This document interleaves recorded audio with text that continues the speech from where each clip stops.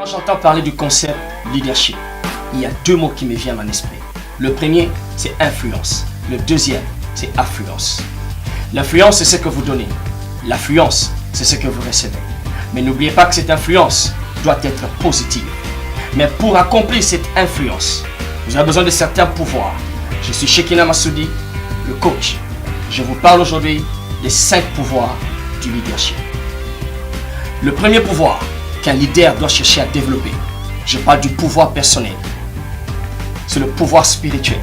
Ce pouvoir spirituel vous rend capable d'influencer non pas seulement ce que vous voyez, c'est-à-dire les corps humains, mais vous rend capable d'aller plus loin et d'influencer leur esprit. Parce que l'homme est un esprit qui a une âme et qui habite dans un corps. Le pouvoir spirituel, c'est un pouvoir qui est tellement grand et tellement nécessaire. Et c'est un pouvoir qui ne peut venir que de votre Créateur. Lorsque quelqu'un n'a pas ce pouvoir spirituel, son influence sera limitée, sera obstruée.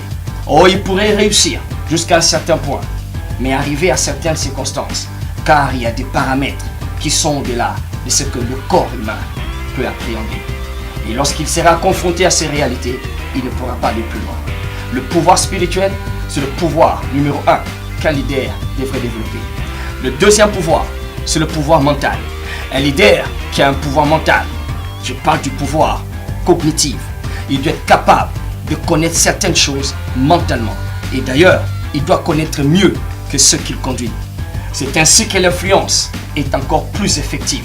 Les leaders qui connaissent mieux lead mieux.